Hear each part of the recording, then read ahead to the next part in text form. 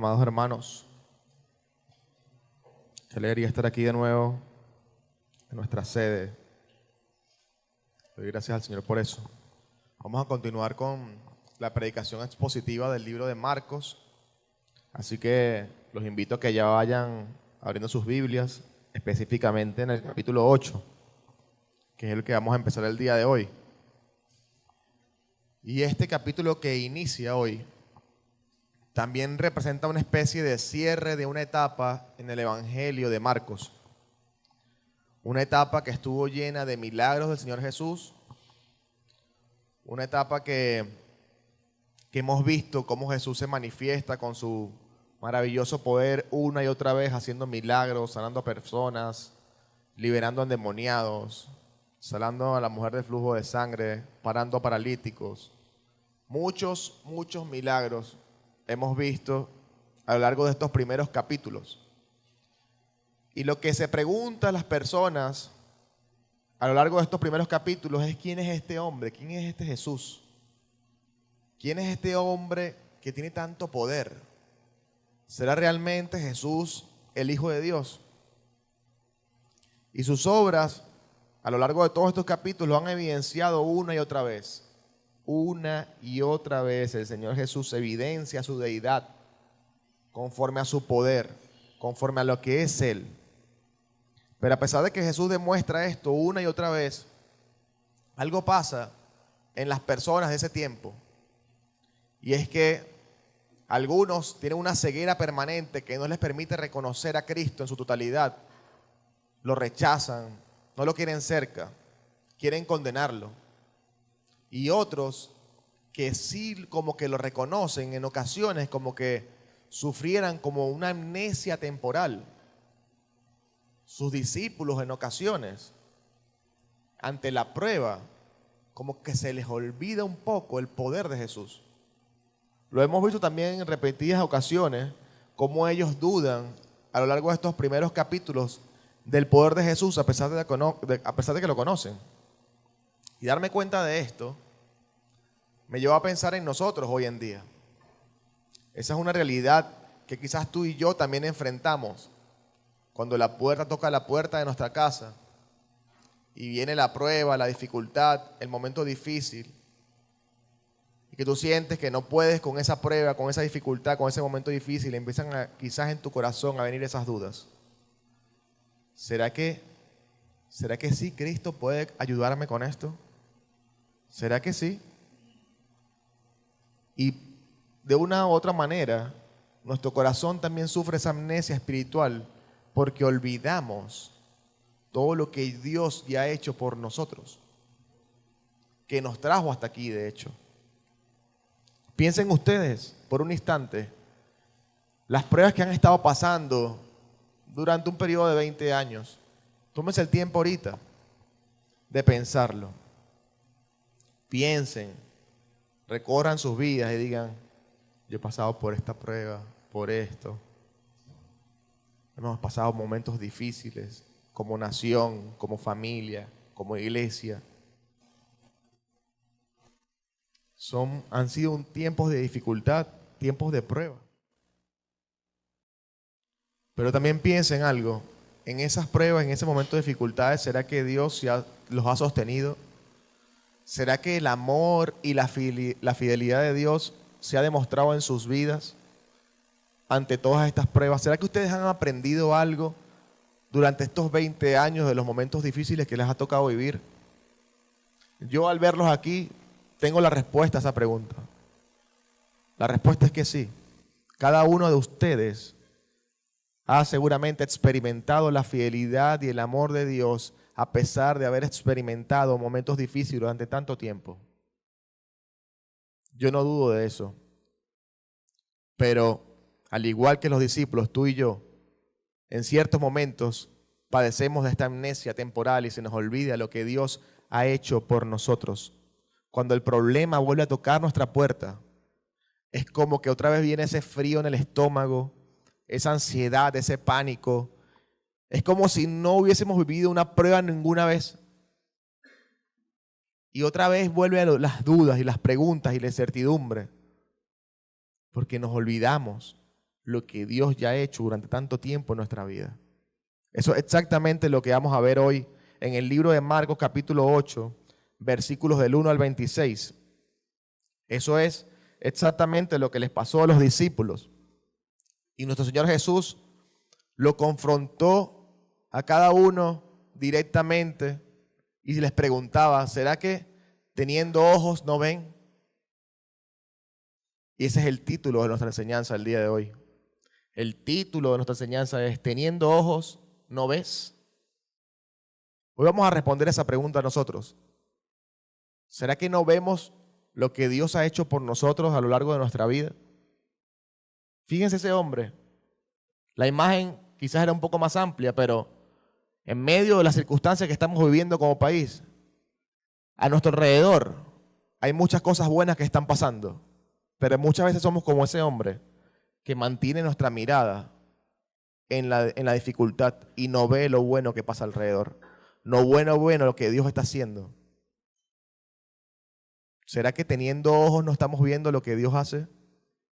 Hoy vamos a darnos cuenta de que nos parecemos mucho a los discípulos y que necesitamos salir de esa amnesia espiritual y abrir nuestros ojos para ver la bondad y el amor de Dios reflejada en nuestra vida.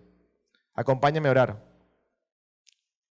para pedirle al Señor que ministre nuestro corazón, que nos edifique por medio de su palabra y que nos haga entender este texto el día de hoy.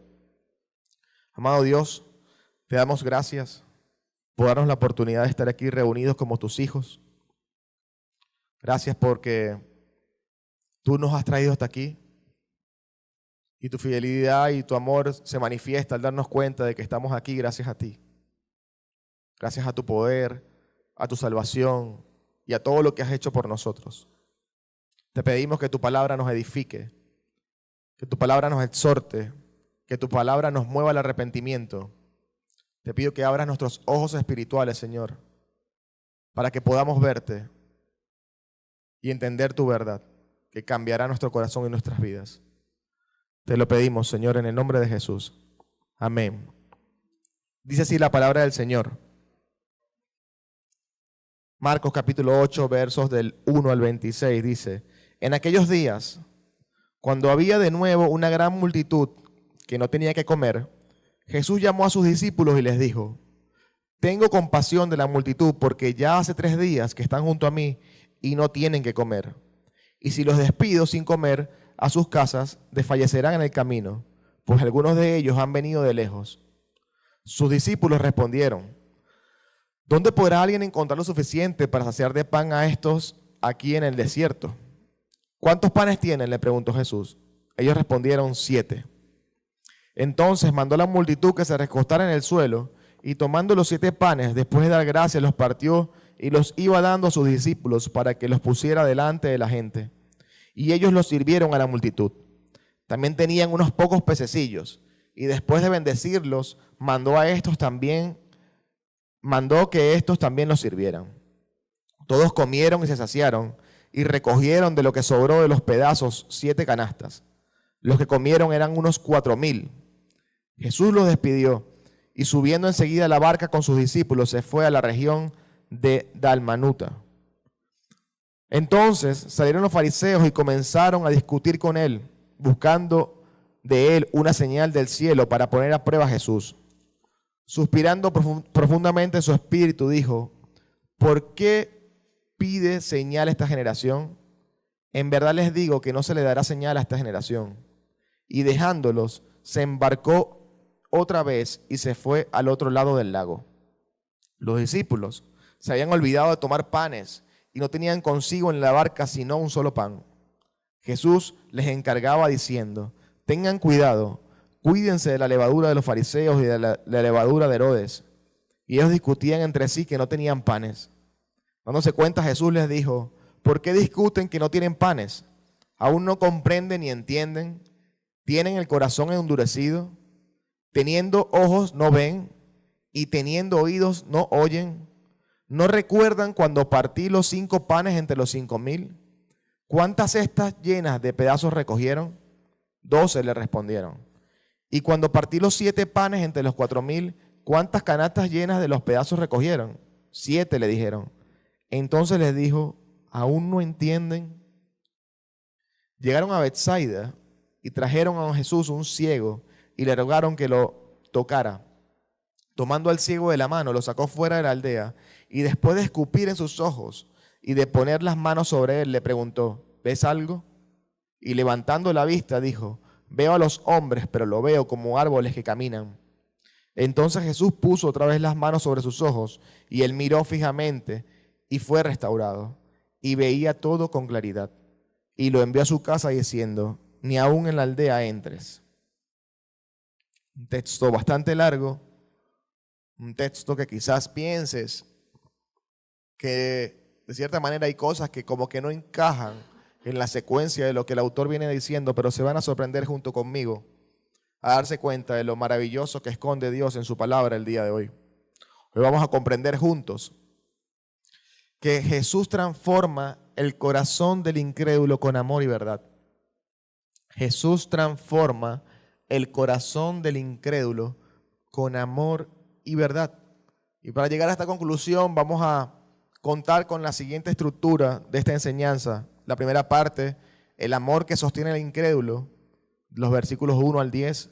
La segunda parte, la verdad que confronta al incrédulo, versículos del 11 al 21. Y la tercera parte, una imagen viva de la transformación, versículos 22 al 26. Acompáñenme entonces a la primera parte de esta enseñanza, el amor que sostiene al incrédulo. Esta historia, hermanos, comienza relatándonos al Señor Jesús que se encontraba con sus discípulos en la región de Decápolis. Jesús se encontraba allí predicando la palabra y muy probablemente también haciendo sus obras maravillosas con su poder. Por esta razón, muchas personas le seguían. Muchas personas de la época seguían a Jesús porque querían ver sus milagros, querían ver sus obras, querían obtener sanidad, obtener alimento, obtener algún favor de él. Y por eso muchísimas personas le seguían una y otra vez. Pero esta población, que particularmente era gentil por la región donde se encontraban, era una población que quizás estaba yendo más allá, no quería solamente los milagros, quería escuchar verdaderamente al Señor y las enseñanzas que estaba impartiendo, porque tenían ya 3 días con él.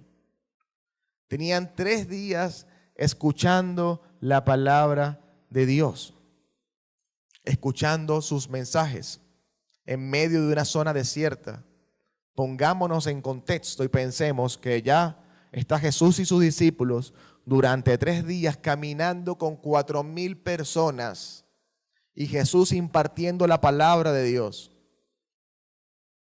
Evidentemente, en algún momento, estas personas debían regresar a sus casas. Y ya habían cruzado gran parte del desierto en estos 3 días. Si esto era así, ¿cómo se iban a devolver si no había comida? Era una pregunta que ya no había venido a la mente de los discípulos ni a la mente de las 4,000 personas. Ellos estaban atentos escuchando el sermón de nuestro Señor Jesús y cuánto, escuchaba a un pastor decir que cuánto nos gustaría tener una comunidad como esa, que no estaba pendiente de comer ni de nada, sino pendiente de escuchar la palabra de Dios. Y duraron durante 3 días y nadie estaba pendiente de comer. Todos estaban atentos a lo que Jesús estaba enseñando.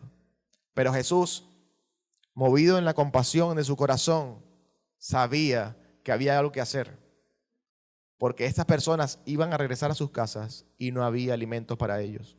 Y dice el texto, tengo compasión de la multitud, porque ya hace 3 días que están junto a mí y no tienen que comer.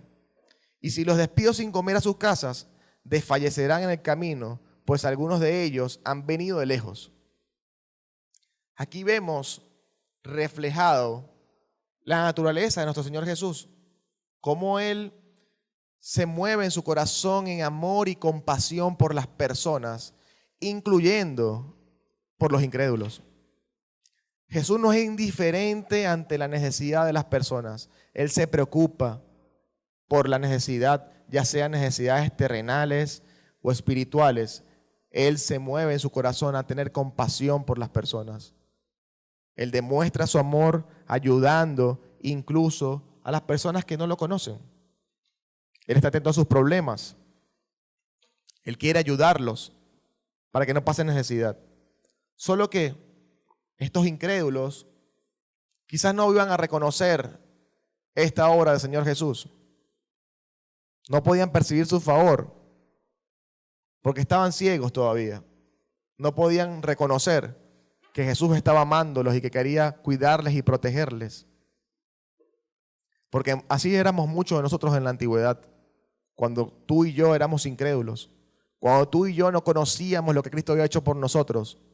Muchas veces Dios nos protegía, nos sostenía, nos cuidaba con su amor. A veces le damos créditos a nosotros mismos pensando que nosotros mismos salíamos de las pruebas. En ocasiones otros en la idolatría le daban gracias a las vírgenes, a los santos, en lugar de reconocer que era Dios, que era que estaba sosteniéndolos y cuidándolos. Pero cuando el entendimiento del incrédulo es abierto y su corazón y su mente es abierta al Evangelio y ahora puede ver la realidad de lo que ha escrito y lo que ha hecho por Él y por nosotros, nosotros podemos volver atrás y mirar y darnos cuenta de lo maravilloso que ha sido Dios con cada uno de nosotros. Tú puedes mirar atrás y darte cuenta que antes de tú creer, antes de tú entender el Evangelio, tú decir, wow, el Señor estuvo cuidándome aquí, el Señor estuvo alimentándome aquí, el Señor estuvo sosteniéndome en esta época, el Señor me sanó de esta enfermedad, el Señor me cuidó, me guardó. Yo pude haber escogido este camino, pero estoy aquí. Eso nos damos cuenta cuando el poderoso Evangelio abre nuestro entendimiento y miramos atrás y damos cuenta del favor de Dios y todo lo que ha hecho por nosotros a pesar de cuando éramos incrédulos. Su amor sostiene al incrédulo. Este amor movió el corazón de Jesús para tener compasión, quería alimentar a estas personas para que se fueran a su casa tranquilos. Y los discípulos, que eran los que tenían que estar tranquilos y confiados porque estaban al lado de su maestro, dudaron. Sus discípulos dijeron, dice la palabra del Señor, sus discípulos le respondieron, ¿dónde podrá alguien encontrar lo suficiente para saciar de pan a estos que están aquí en el desierto? Yo pensando como los discípulos en el sentido lógico, obviamente si estaban en un desierto, habían 4,000 personas, no iban a encontrar una panadería abierta o un kiosco cercano. No iban a tener ni siquiera del dinero quizás para pagar eso. Y evidentemente no iban a encontrar una panadería porque no existía en ese tiempo. O no lo sé. Pero obvio no iban a encontrar nada. Es obvio. Humanamente hablando, el razonamiento de los discípulos es correcto. ¿Cómo vamos a hacer, Señor, para alimentar a estas personas? Pero los discípulos estaban totalmente equivocados en su corazón porque los discípulos sí habían ya experimentado las obras y los milagros de Cristo antes.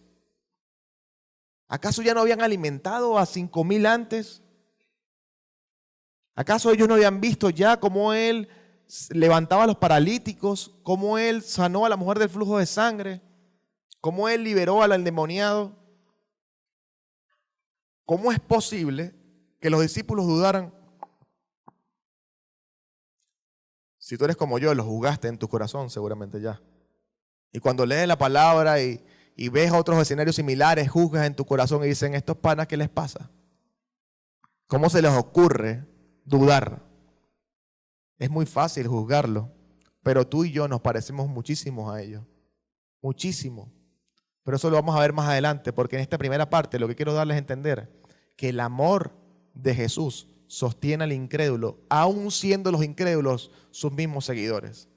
Aún tú y yo, en muchos momentos de nuestra vida, vamos a ser como esos discípulos, que vamos a dudar del poder y de la fidelidad de Dios en nuestra vida, cuando estamos en la prueba, en la circunstancia adversa. Pero el amor de Dios te va a sostener igual. Él va a sostenerte y cuidarte porque quiere transformar ese corazón incrédulo con amor y verdad. Eso es lo que quiere hacer nuestro Señor Jesús.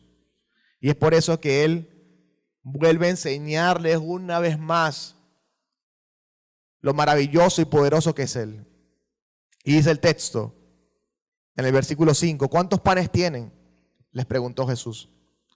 Ellos respondieron: 7. Entonces mandó a la multitud que se recostara en el suelo, y tomando los 7 panes, después de dar gracias, los partió y los iba dando a sus discípulos para que los pusieran delante de la gente. Ellos los sirvieron a la multitud. También tenían unos pocos pececillos, y después de bendecirlos, mandó a que estos también los sirvieran. Todos comieron y se saciaron, y recogieron de los que les sobró de los pedazos 7 canastas. Los que comieron eran unos 4,000. Jesús los despidió y, subiendo enseguida a la barca, se fue a otro lugar. El amor del Señor, hermanos, evidentemente aquí lo estamos viendo reflejado, sostiene la incredulidad de los que no lo conocen y la incredulidad de los que sí lo conocemos pero dudamos en la prueba. Su amor nos sostiene. Él no nos condena y nos rechaza por desconfiar de Él. Él nos abraza, nos consuela, nos conforta, nos provee. Su amor no solamente quiere suplir la necesidad de ese momento, el amor que Él tiene por sus hijos. Lo que quiere hacer Él es que nosotros volvamos a estar rendidos a sus pies. Cuando Él se manifiesta y obra conforme a su voluntad en nuestra vida, y nosotros nos damos cuenta que aún en nuestra incredulidad Él obró, Él quiere que tú vuelvas a Él con un corazón arrepentido y te des cuenta de que tu Salvador es suficiente siempre. Que tu Salvador es suficiente ayer, hoy y mañana. Que Él te sostiene siempre y su fidelidad permanecerá para siempre. Por eso Él no se va a cansar de enseñarnos, aún en nuestra incredulidad, aún en nuestra duda, aún en los momentos adversos donde dudamos y pensamos que no hay salida a nuestro problema. Él no se va a cansar de enseñarnos. Él es paciente. Eso es lo que más, una de las características y cualidades que yo más amo de mi Señor, es que Él es paciente con nosotros, hermanos. Así como ha sido paciente con los discípulos. ¿Cuántas veces han dudado ellos? Te pregunto, ¿cuántas veces has dudado tú? Pero Él otra vez ha sido paciente contigo y te vuelve a enseñar y te vuelve a decir: estoy aquí contigo para ayudarte, para bendecirte, para enseñarte, para instruirte, para transformar tu corazón incrédulo con amor y verdad. Si yo fuese el Señor Jesús, con todo respeto, yo en ese momento no. Voy a multiplicar los panes, pero ustedes no comen. Ustedes no van a comer. ¿Cómo se les ocurre dudar de mi poder? Pero yo no soy Señor Jesús, menos mal. El Señor Jesús muestra su compasión y su amor con nosotros también. Y nos exhorta con la verdad. Lo que nos lleva al segundo bloque. La verdad que confronta al incrédulo. Dice el verso 11 en adelante: entonces salieron los fariseos y comenzaron a discutir con Él, buscando de Él una señal del cielo para poner a prueba a Jesús. Suspirando profundamente en su espíritu, dijo: ¿por qué pide señal a esta generación? En verdad les digo que no se le dará señal a esta generación. Y dejándolo, se embarcó otra vez y se fue al otro lado del lago. Los discípulos se habían olvidado de tomar panes y no tenían consigo en la barca sino un solo pan. Jesús les encargaba diciendo: tengan cuidado, cuídense de la levadura de los fariseos y de la levadura de Herodes. Y ellos discutían entre sí que no tenían panes. Dándose cuenta, Jesús les dijo: ¿por qué discuten que no tienen panes? ¿Aún no comprenden ni entienden? ¿Tienen el corazón endurecido? ¿Tienen ojos y no ven? ¿Y teniendo oídos no oyen? ¿No recuerdan cuando partí los 5 panes entre los 5,000? ¿Cuántas cestas llenas de pedazos recogieron? 12 le respondieron. Y cuando partí los 7 panes entre los 4,000, ¿cuántas canastas llenas de pedazos recogieron? 7 le dijeron. Entonces le dijo: ¿aún no entienden? Jesús acababa de alimentar a 4,000 personas. Los acababa de alimentar ahorita. Y de paso ya iba a cambiarse a otra región y se encontró con los fariseos, como si no fuese poco ya con la incredulidad de los discípulos, que probando la paciencia de nuestro Señor, se encuentran con los fariseos. Que los fariseos no querían una obra milagrosa para su vida, ni tampoco querían escuchar la verdad de Jesús. Ellos lo que estaban ahí era para tentarlo. Ellos lo que querían era condenar a nuestro Señor Jesús. Ellos rechazaban de frente a Jesús. Ellos sí eran unos incrédulos que no es que no veían en su totalidad quién era Cristo, no, ellos lo rechazaban directamente. Ellos querían obrar en su contra. Y en esta parte, ellos querían y demandaban una señal del cielo de parte del Señor Jesús. Porque en la cultura de la época, en el contexto cultural de la época, los fariseos estaban conscientes de que aún la gente que utilizaba la maldad podía hacer cosas también sorprendentes. Los sanadores, los exorcistas, los magos de la época también hacían cosas sobrenaturales. Por eso ellos pensaban que si Jesús decía que era el Hijo de Dios, debía dar una señal del cielo, algo que los sorprendiera más de lo que ya Jesús había hecho. Algo así como el maná que caía del cielo. Ah, bueno, tú eres el Hijo de Dios. Manda el maná del cielo, pues quiero que lo hagas. Ah, tú eres el Hijo de Dios, ¿por qué no haces descender del cielo el fuego, así como hizo con el profeta Elías cuando estaba orando? Ellos querían ver algo que los sorprendiera ante sus ojos. Pero el Señor Jesús no cae ante esa manipulación, porque los fariseos no necesitaban más señales de las que Jesús ya les había dicho y hecho. Los fariseos lo que necesitaban era arrepentirse en su corazón. Pero ellos estaban rechazando de frente al Señor Jesús, de frente. Los fariseos eran como los incrédulos que vivimos hoy en día, que teniendo aún todas las evidencias de Dios y de su inmenso amor con nosotros, deciden rechazarlo. Cuando las personas incluso ven la creación del mundo, hasta sus maravillas, todo lo que ha hecho Él, habla de quién es Él y de su amor. Aún con tantas evidencias que tenemos a nuestro alrededor, cuando tú te pones a ver la creación del cuerpo, que un padre y una madre engendran un hijo y cómo se forma un cuerpo perfecto, esa obra milagrosa que solamente Dios hace posible, que no hay forma y hay manera que un Big Bang haya hecho esto posible.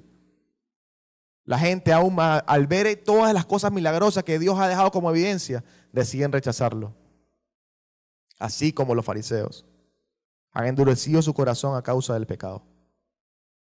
Al igual que también hay muchas personas como los fariseos que están pidiendo una señal milagrosa para creer. Yo los he escuchado, yo los he visto. Muchos dirán como que, bueno, si el Señor me da mi esposo o mi esposa, me voy a consagrar a Él. Ese va a ser el momento cuando yo me consagre, cuando Dios me dé esa señal a mí. O cuando me dé ese trabajo que yo anhelo, esa casa que yo estoy esperando.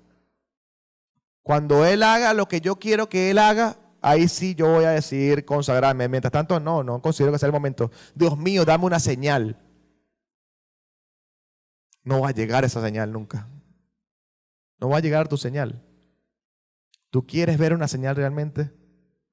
Lee las Escrituras. Ahí está la señal más valiosa, que fue la crucifixión y muerte de nuestro Señor Jesucristo. La evidencia más maravillosa, el milagro más grande que está y que va a cambiar tu vida conforme al poder del Evangelio, está aquí.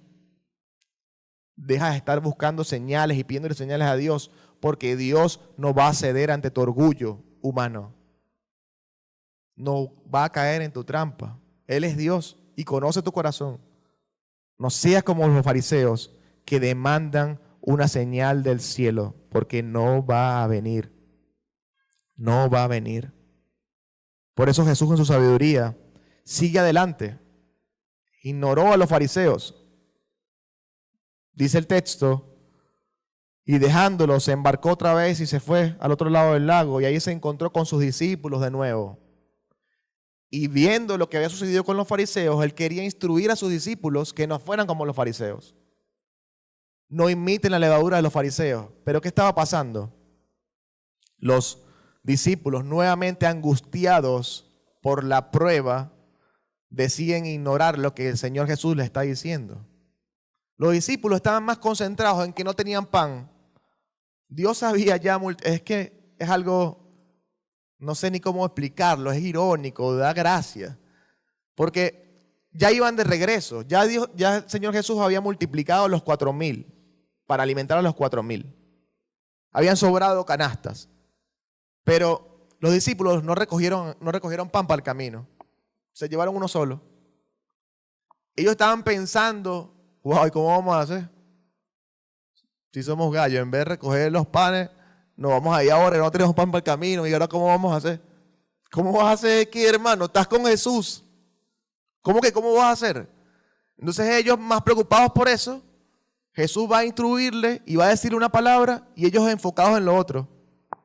Y dice el texto, dándose cuenta, Jesús les dijo, ¿por qué discuten que no tienen panes? Jesús los está exhortando a que no sean como los fariseos, a que no sean incrédulos como ellos, a que esa levadura de los fariseos va a contaminar su corazón si son como ellos. Y ellos enfocados en que no tenían pan por el camino. Qué impresionante cómo las preocupaciones terrenales ahogan el impacto de la verdad en nuestra vida. Cómo cuando estamos en la prueba, en el momento difícil, Dios va a enseñarte con una verdad que si tú no estás enfocado en Él, no vas a percibir lo que Él te quiere enseñar. Porque estás más pendiente de la circunstancia y del problema. No, pastor, es que me botaron del trabajo. No, pastor, es que esta enfermedad que me llegó que no entendía por qué vino. No, pastor, es que estoy peleando con mi esposa o mi esposo. Es que mi hijo no es quien yo quería que fuera. Es que no he logrado comprar la casa que quería. Es que esto. Y no, lo que haces es puro ver el problema y no te estás dando cuenta que Dios quiere enseñarte algo en ese proceso, en ese momento. Pero si tú volteas la mirada a tu Creador, vas a darte cuenta que Él te está transformando en tu corazón. Él te está enseñando en el momento difícil. Él va a transformar tu corazón en la prueba. Pero si no te das cuenta y repruebas la prueba, muy probable venga de nuevo, ¿qué? Otra prueba. Porque Él va a enseñarte. Él no va a cansar y será paciente para enseñarte lo que tú tienes que aprender. Aprendan en el momento que están pasando por un momento difícil. Deja atrás la circunstancia y enfócate en el Señor. Dios mío, enséñame lo que tú me quieras enseñar en esto. No sé qué es, pero yo quiero ser sabio, que no quiero ser como los discípulos y quiero enfocarme en ti para que tú me enseñes lo que tú me vas a enseñar en este momento. La incredulidad de los discípulos no es una incredulidad maliciosa. Ellos no es que eran malos porque no confiaban en el Señor, no. Ellos solamente eran como cada uno de nosotros que en el momento difícil empezaron a dudar, pero porque tenían una amnesia temporal. Pero una amnesia, o sea, ellos eran peor que la película de la chama que se olvida de todas las cosas y que tienen que enseñar las cosas una y otra vez. Ellos eran peor, porque, o sea, acaban de multiplicar los panes ahorita y tú tienes un solo pan y te vas a angustiar. Pero hermanos, tú y yo somos iguales. Lamentándolo mucho, tú y yo somos iguales a ellos. Y yo me preguntaba, ¿desde cuándo viene la humanidad siendo así? ¿Por qué padecemos de esta amnesia? ¿Por qué olvidamos las obras de Dios? Pero cuando recuerdo las Escrituras, veo que esto es un patrón que se repite en la humanidad desde mucho antes de los discípulos. Cuando vemos al pueblo de Israel, por ejemplo, el pueblo de Israel estaba siendo esclavizado por Egipto y Dios le da la libertad por medio de Moisés como instrumento. Y pasan las 10 plagas, ellos no les pasa nada. Moisés después abre el mar, ellos pasan por el medio del mar, llegan a otro lugar, pero pasan 3 días sin comida y se quejan. Dios nos trajo aquí para morir en el desierto. Hermano, todo lo que ya ha hecho Dios, pueblo de Israel, todo lo que ya hizo, ¿cómo que Dios te trajo para morir en el desierto? Te va a sostener. Pero no solamente pensemos así el pueblo de Israel. Pongamos otro ejemplo, el profeta Elías. El profeta Elías oró para que descendiera el fuego del cielo, destruyera los altares de Baal, porque tenían una confrontación con unos profetas allí. Y él oró y descendió fuego del cielo y derrumbó los altares. Pero después, una mujer, Jezabel, lo amenazó de muerte y él tuvo miedo. Pero, ¿cómo que tuvo miedo?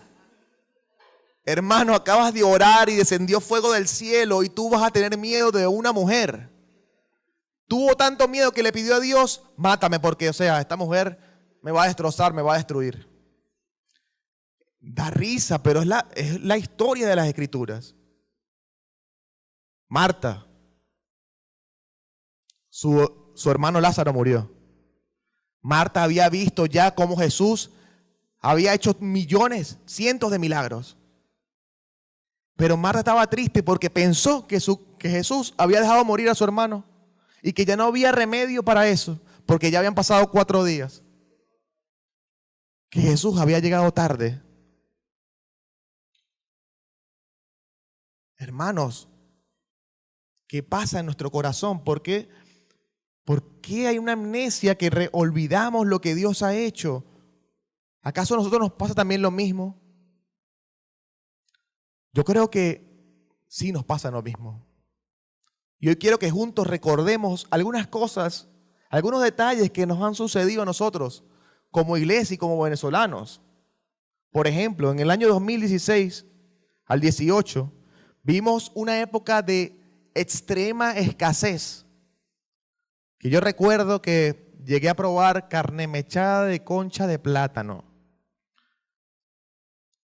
Hacíamos café con los restos de la masa, de la harina.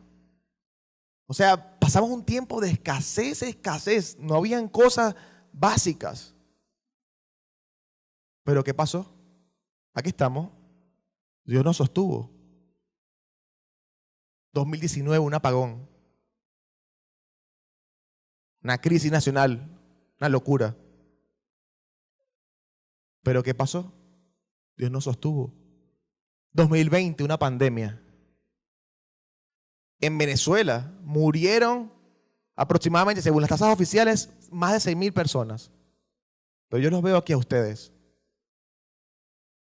Hemos lidiado con la política, con las decisiones de los gobernantes que han afectado nuestras vidas durante muchísimo tiempo. ¿Y qué ha pasado? Dios ha estado allí, hermanos. Dios nos ha sostenido. Dios ha estado con nosotros en todo momento. Ha satisfecho nuestras necesidades. Nos ha dado alimento, nos ha dado salud, nos ha dado vida. Tú y yo estamos aquí gracias a Él. Pero viene un doble sismo que hace temblar tus estructuras, no solamente de tu casa, sino de tu vida. ¿Y qué pasa? La duda vuelve a tocar la puerta. La duda vuelve a tocar la puerta. Y te sientes aporreado y dices, ¿qué? ¿Otra vez? De esto sí nadie se salva. Es imposible reconstruir La Guaira. ¿Acaso La Guaira no vivió una vaguada ya? Hermanos, no dudemos. No dudemos. No tengamos esa amnesia temporal. Recordemos ya lo que Dios ha hecho en nuestra vida. Porque quizás el terremoto no pasó nada en tu casa y tú estás aquí por la gloria de Dios. Pero quizás estás viviendo un pronóstico de una enfermedad que tú no entiendes y que tú decís que yo no me merezco pasar por esto. No entiendo por qué vino esta enfermedad a mi vida. De repente caíste de un tercer piso, de un día para otro. De repente tu hijo empezó a tomar drogas cuando tú te dedicaste a él al 100%. De repente caíste y le fuiste infiel a tu esposo o a tu esposa. Y estás lidiando en ese momento de prueba y dificultad en tu matrimonio. De repente te botaron del trabajo. Yo no sé cada una de las pruebas que ustedes están enfrentando, hermanos. Conozco algunos, pero no las sé todas. Pero yo lo que quiero invitarte es a que tú recuerdes lo que Dios ha hecho en tu vida durante todos los años. Y que si tú estás aquí es por su gloria, por su fidelidad y por su amor. Y Él no nos va a abandonar. Y Él va a seguir con nosotros, enseñándonos, guiándonos y transformando nuestro corazón incrédulo con amor y verdad. No dudemos de su amor y de su fidelidad. Y si acaso Todas estas cosas que Él ha hecho por ti durante estos 20 años no son suficientes, 20, 30, 40, 50 años, no son suficientes para ti. Nunca olvides mirar al Calvario. Nunca olvides ir directamente a la cruz y recordar la más grande obra que ha hecho Dios en tu vida, que ha sido mandar a su único Hijo para morir por tus pecados. Entregar su tesoro más preciado para que vivieran los incrédulos que los detestaban y lo aborrecían. En esa cruz no estaba un Cristo impotente, no, estaba un Cristo que siendo todopoderoso se humilló y se despojó de sus privilegios y tomó la humilde posición de un esclavo y murió en la cruz como mueren los pecadores. Y se entregó para salvarnos a ti y a mí. Y en gloria y poder resucitó al tercer día y nos dio la oportunidad a ti y a mí de creer en Él por medio de la fe y el arrepentimiento. Y ahora tú y yo somos hijos de Dios porque Dios así lo ha preestablecido, porque Dios así lo había determinado, porque Dios abrió tus ojos, porque Dios abrió tu entendimiento y te permitió conocer la verdad, esa verdad que cambió nuestra vida. Eso sí es más maravilloso que todas las cosas que Él nos ha dado. Es mucho más maravilloso. Y siempre tienes que tenerlo presente. Porque capaz olvidaste ya todo lo que Dios ha hecho por ti, pero nunca olvides la cruz. Nunca olvides la cruz, porque es lo más maravilloso que Dios te ha dado. En esa cruz Dios manifestó su poder y demostró que no hay nada imposible para Él. Y también demostró que si Dios no escatimó ni siquiera a su Hijo, Él también puede suplirte y darte todo lo que también necesitas. Si Él te entregó su tesoro más preciado, ¿cómo no va a entregarle también conforme con Él todas las demás cosas? Y no estoy hablando de lo terrenal, que es lo que tú quieres. Estoy hablando de lo espiritual, que es que Dios va a transformar tu corazón y va a transformar tu vida y te va a transformar a como Cristo, a la estatura del varón perfecto. Ese es nuestro llamado. Y vamos a pasar por pruebas y dificultades, sí. Pero Dios va a transformar nuestro corazón incrédulo con amor y verdad, siendo paciente con nosotros, para ser como Él. Y en medio de todo, si buscamos primeramente su reino y su justicia, todas las demás cosas serán añadidas. ¿Qué más quieres? ¿Qué más quiero? Me pregunto. Si estamos con el Todopoderoso, en tu barca, en tu casa, en tu familia, estás de la mano del Todopoderoso. Aquel que puede darte todo lo que tú necesitas. Pero no se trata de que solamente pienses en lo terrenal. Lo que nosotros necesitamos es un cambio de corazón y de entendimiento. Que seamos transformados en nuestro ser interior. Eso es lo que realmente tú y yo necesitamos. Preocúpate por eso y deja que Dios obre conforme a tu voluntad y te dé lo que tú necesitas para vivir. Y sé agradecido con lo que tienes. La enseñanza, hermanos, quizás podría concluir aquí. Pero Dios, providencialmente, en el libro de Marcos, nos deja un milagro que no aparece en otro evangelio. Aparece providencialmente en el libro de Marcos y aparece en medio de esta historia que tú dices, pero ¿por qué esta historia aparece acá? ¿Qué tiene que ver el ciego de Betsaida con todo lo que estamos hablando? Bueno, los invito a la tercera parte de esta historia, una imagen viva de la transformación. Dice el texto, llegaron a Betsaida y le trajeron a un ciego y le rogaron que lo tocara. Tomando el ciego de la mano, lo sacó fuera de la aldea y después de escupir en sus ojos y de poner las manos sobre él, le preguntó, ¿ves algo? Y levantando la vista dijo, veo a los hombres, pero lo veo como árboles que caminan. Entonces Jesús puso otra vez las manos sobre sus ojos y él miró fijamente y fue restaurado. Y veía todo con claridad. Y le envió a su casa diciendo, ni aún en la aldea entres. Como les comentaba, este es el único milagro, este milagro aparece nada más en este evangelio. Ningún otro evangelista relató esta historia. Y vemos algo también que puede sorprender. Cómo Jesús sana en dos partes. O sea, ¿qué hemos visto durante estos 8 capítulos? Hemos visto el poder de nuestro Señor Jesús sanando de manera instantánea. Le dice al paralítico, levántate y anda. El paralítico se levantó y andó y caminó. La mujer del flujo de sangre, que solo tocar su manto, fue restaurada instantáneamente. El endemoniado lo libertó también, con solo una palabra. Las olas del mar fueron calmadas con su poder y de su palabra también. Pero a este hombre lo sanó en dos partes. Lo que estaba evidenciando Jesús era una parábola en acción. Él estaba demostrándole a sus discípulos su condición. Porque los discípulos también fueron tocados. Ellos sí sabían quién era Jesús. Pero aún eran como ese primer toque que ellos veían borroso y todavía no podían comprender la plenitud y la deidad de Cristo en su totalidad. Por eso es que aún muchas veces dudaban. Por eso es que muchas veces aún ellos en medio de la adversidad eran incrédulos y siempre necesitaban de un segundo toque para que ellos pudieran ver quién era su Salvador. Este milagro evidencia nuestra condición, en el que muchas veces nosotros vemos borroso y no estamos conscientes de ver la imagen total de Cristo en nuestras vidas.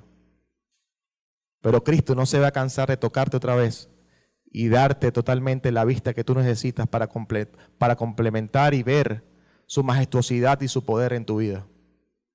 Él va a seguir capacitándote, Él va a seguir dándote la vista, Él no se va a cansar. Él va a obrar en tu vida, en este proceso llamado santificación. Él va a hablar en tu corazón, Él no se va a cansar. Por eso es que le preguntaba, teniendo ojos no ven, aún no entienden.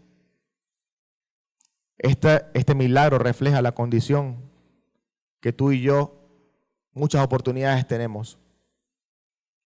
Pero Filipenses 1:6 dice que estando persuadido de esto, que el que comenzó la obra en nosotros, la perfeccionará hasta el día de Jesucristo. Él no se va a rendir con nosotros.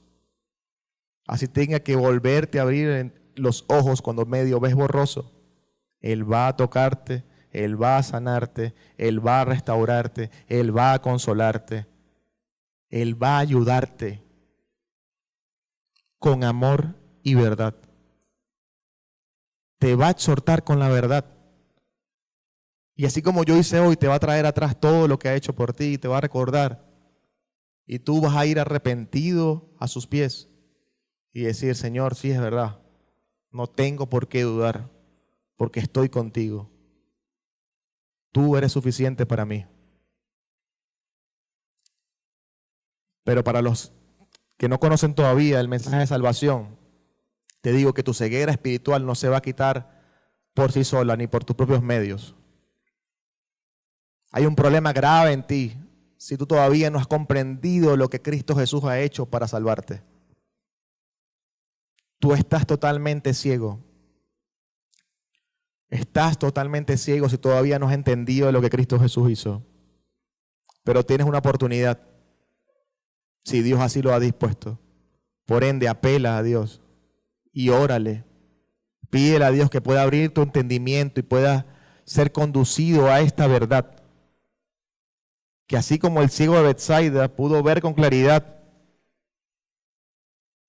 puedas tú también descubrir la majestuosidad y la divinidad de Jesús y su obra redentora en tu vida. Porque de alguna u otra manera, muchos están ciegos.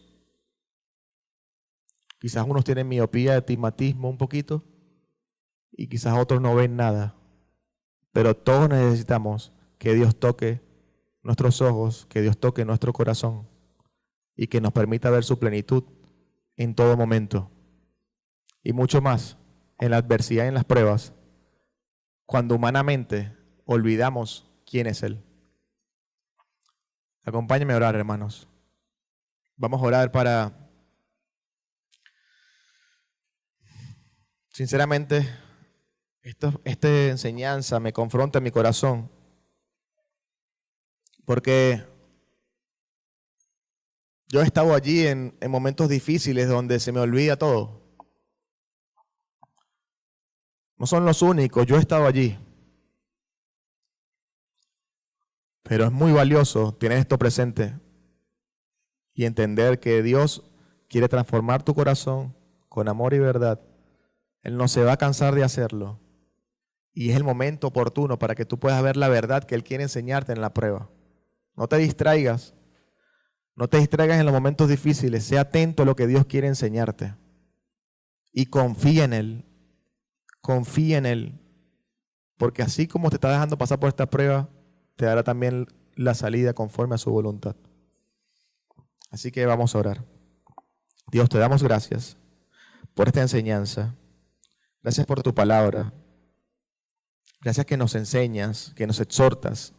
Gracias por tu paciencia que día tras día tienes con nosotros, aún en nuestra incredulidad, en nuestra necedad, en nuestra dificultad.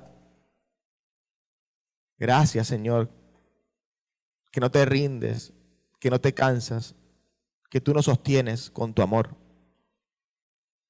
Te pedimos, Señor, por las personas que aún no te conocen, para que tú, conforme a tu voluntad, puedas abrir su entendimiento, puedas hacerle ver tu verdad y que ellos puedan mirar atrás y darse cuenta de lo maravilloso que has sido con ellos. Gracias por tu fidelidad que no se acaba, que no se agota, que es para siempre en nuestras vidas. Te amamos, Señor, en el nombre de Jesús. Amén.